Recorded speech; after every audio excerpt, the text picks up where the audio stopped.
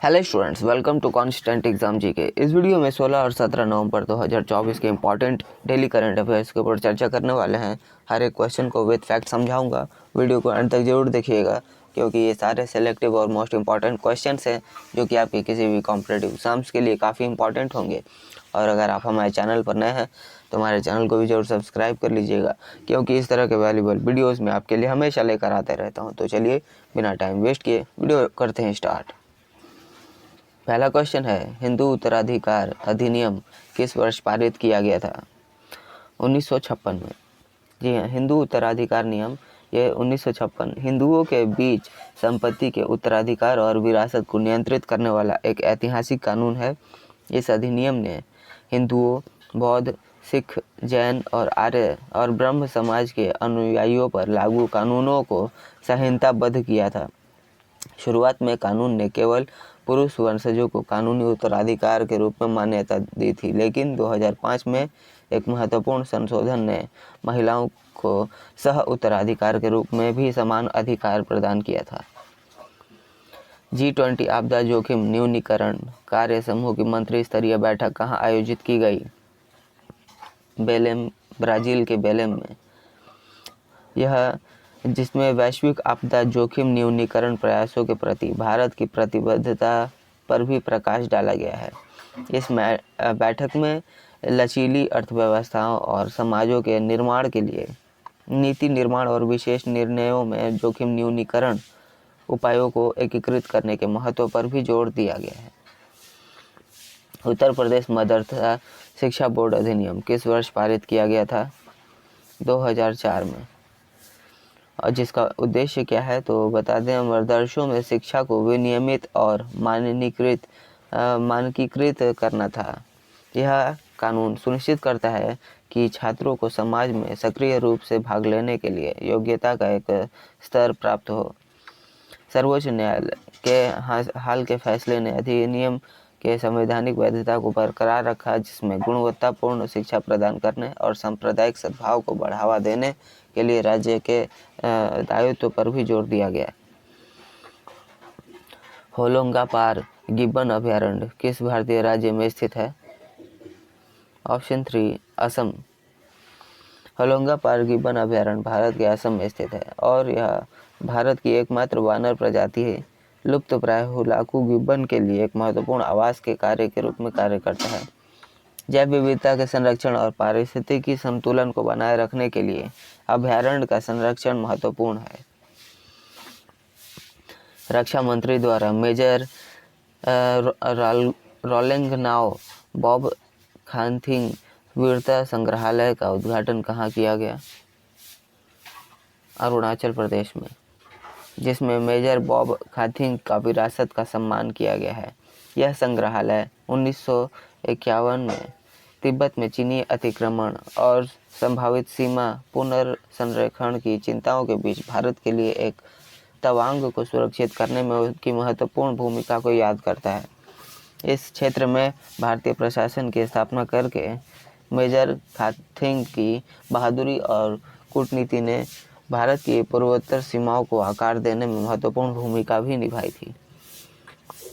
कौन सा भारतीय अंतरिक्ष मिशन सूर्य के अवलोकन के लिए दृश्य उत्सर्जन रेखा कोरोनाग्राफ से सुसज्जित है? Aditya L1।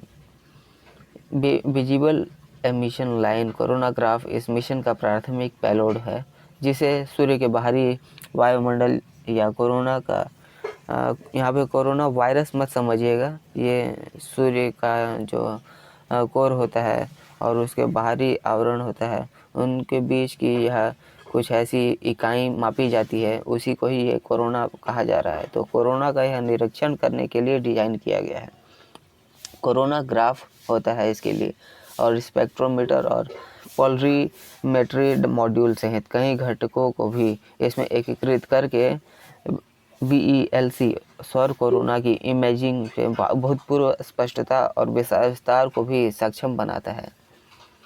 Web life sciences आनुवंशिक स्थिति के इलाज के लिए नैदानिक स्तर पर RNA संपादन का उपयोग करने वाली पहली कंपनी किस देश में स्थित है?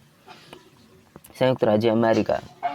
संयुक्त राज्य अमेरिका में स्थित वेब लाइफ साइंसेज ने नैदानिक स्तर पर आरएनए संपादन के माध्यम से आनुवंशिक स्थिति का इलाज करने वाली पहली कंपनी बनकर एक महत्वपूर्ण उपलब्धि हासिल कर ली है, जो सटीक आनुवंशिक संसाधनों की अनुमति देती है, जो विशिष्ट उत्परिवर्तनों को भी संबोधित करती है।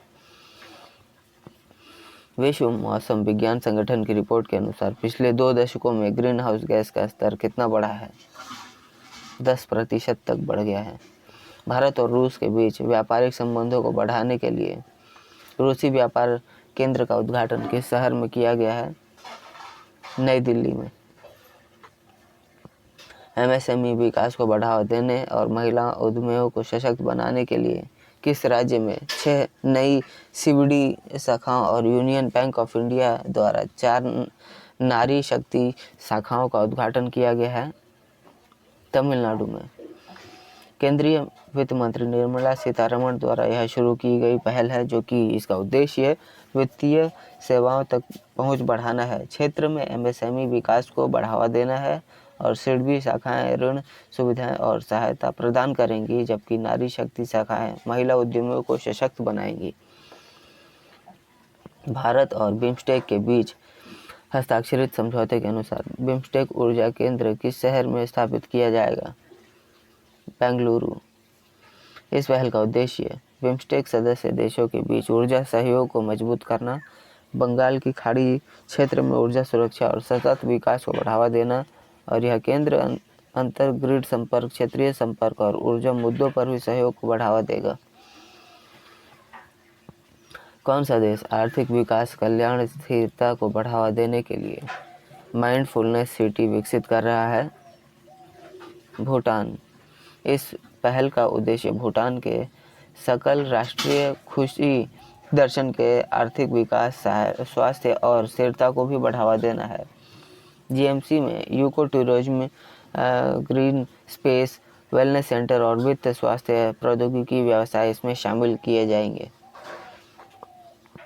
किस देश में H5 बर्ड फ्लू का पहला संभावित मानव मामला सामने आया है? कनाडा में।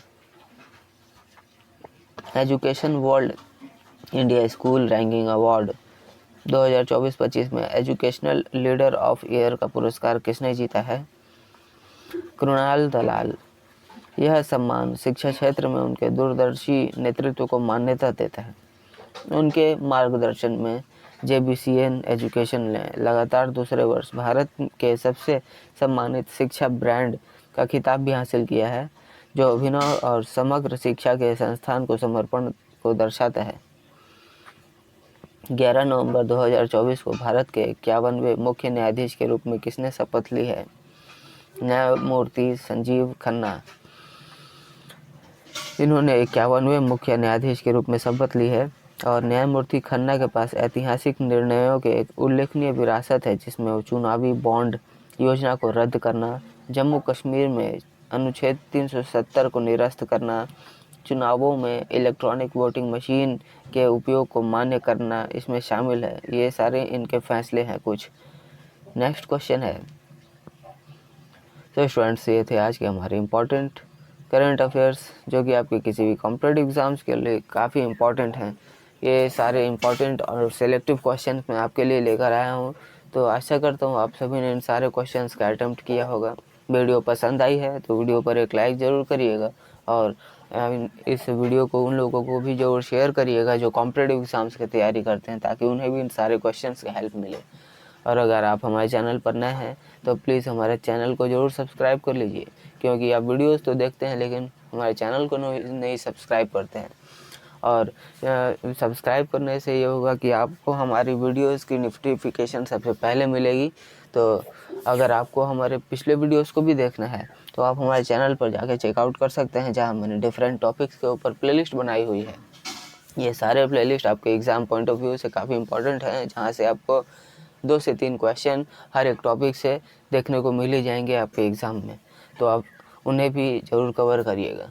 तो मिलते हैं नेक्स्ट वीडियो में, तब तक के लिए कीप वॉचिंग, कीप प्रिपेयरिंग।